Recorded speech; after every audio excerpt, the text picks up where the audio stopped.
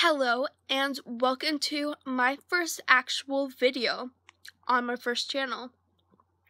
My name is Haley and I have mitochondrial disease. If you're wondering what the heck that is, it's basically when you don't have enough mitochondria in your cells around your body.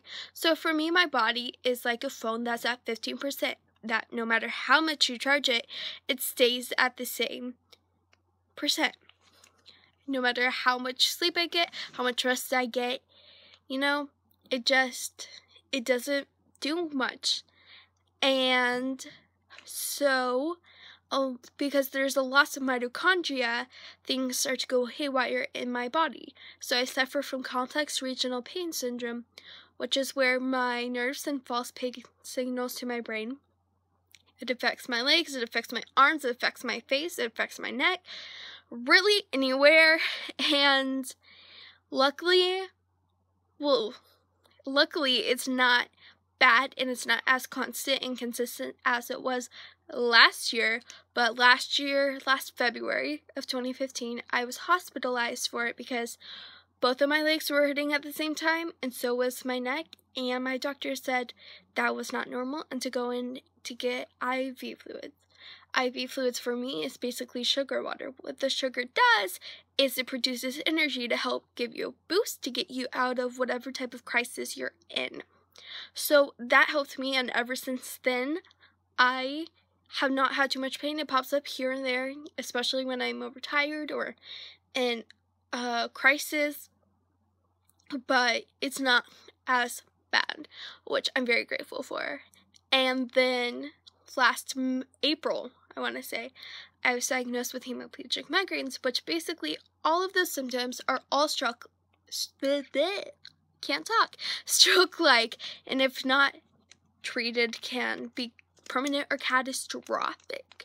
So that's quite scary. So luckily I started a medication and pretty much all of my symptoms have subsided. I only have a few here and there when I'm overtired, but for the main part, I'm a lot better.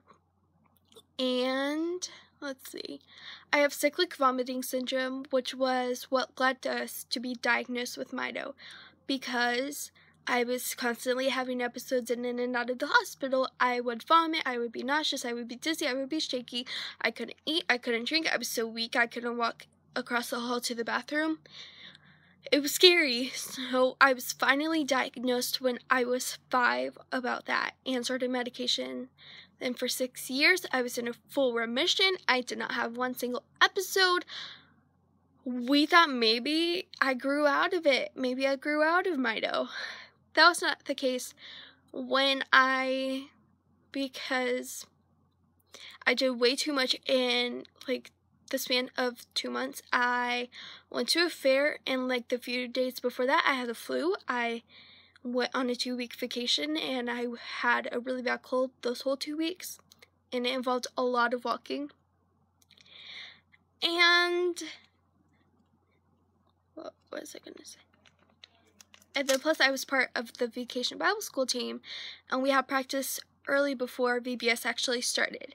So I launched into an episode, and then until March 2013, I had an episode every few weeks, every month, to every few days. It was some sort of episode, big or small. And finally, my doctor started me on a beta blocker, and that has worked. Last May, I developed a hemiplegic migraine episode that turned into a CVS episode, cyclic vomitings. But we were able to get it resolved after a few days and with fluids. So fast forward, the rest of that year was pretty fine. I just kept getting sick almost every month. It was bad. Thought nothing of it because we know I'm immune compromised anyhow with mito. And then I pushed myself in the beginning of January going to a museum without being in a wheelchair, and I can't walk long distances without getting extremely tired. I mean, I can walk around my house, but I can't walk really far. So I pushed myself. It was a pretty big sized museum, and I was sick that whole next week, And then we thought I was fine, and then we had a whole day of activities, and then that night I got super, super shaky, which is the CVS shaky, and I've gotten shaky before just because I was so tired. I was like, okay, and usually it passes when I sleep and then wake up the next day. Unfortunately, it was worse. It was so bad that when my dad was helping me out of the car, when we got to the ER to get fluids, I was shaking so much that I could feel him shaking. So it was really scary, and so I got fluids. We thought we would only be there for that day. At the latest, go home at like 3 in the morning. Unfortunately, I was there for 10 days as I was not getting better. The rate of the fluids was at 120, and we managed to wean down to 50, but once we tried to get lower, it just wasn't happening for us. So I ended up coming home on a PICC line, and I think I might do video sometime in the future all about my PICC line experience so far and everything. But yeah, so a PICC line is basic. If you don't know what a PICC line is, sorry. I went to the doctor's today. I have like a doctor's appointment like literally every week, so I just think everybody knows what I mean. Sorry.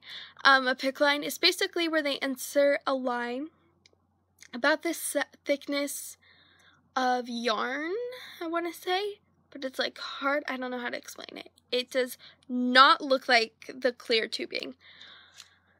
And so they insert it above the bend of your elbow, and they string it to a vein that sits right by your heart.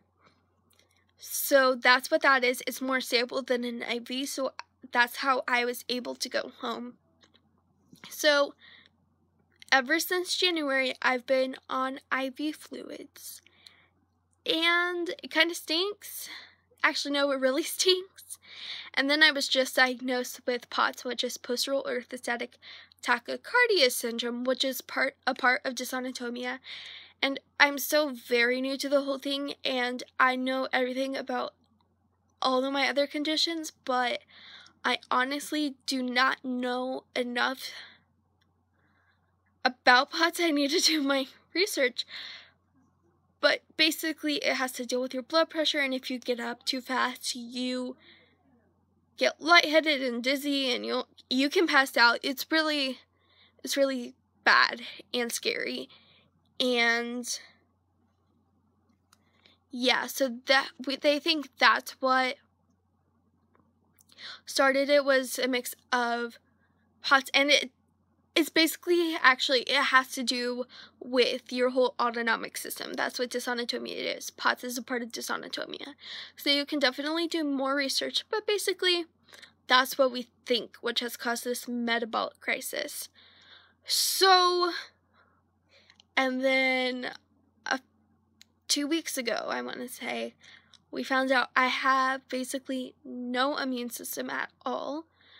So my pediatrician, she decided to see if it will work if trying to drink 2 liters of water every day, along with a cup of Neocate Splash, which is the most vile thing I have ever tasted, and then Pedialyte, half a bottle of Pedialyte a day. It was hard to drink the Pedialyte, so we made it into popsicles. That's what this is. It melted a little bit. Whoops. But, so we have yet to get all of that done in one single day. I have a hard enough time drinking just 1 liter of water, yet alone all those other liquids. So that's basically a summary of what's happened to now. And this channel will basically be about my journey with Mito, all the struggles. But every now and then I might throw in a fun video, because what's a YouTube channel without fun videos every now and then? So please subscribe and like this video, because if you like this video, it will be closer to the top of the results whenever people search anything up. For example, I have mitochondrial disease. Somebody searches that up, and my video will be closer to the top result as the thumbs up grow. It's nothing to do with money, nothing like that. So please keep subscribed to check back every Friday night where a video should be posted. And until next week, thank you for watching, and I will talk to you guys all next week.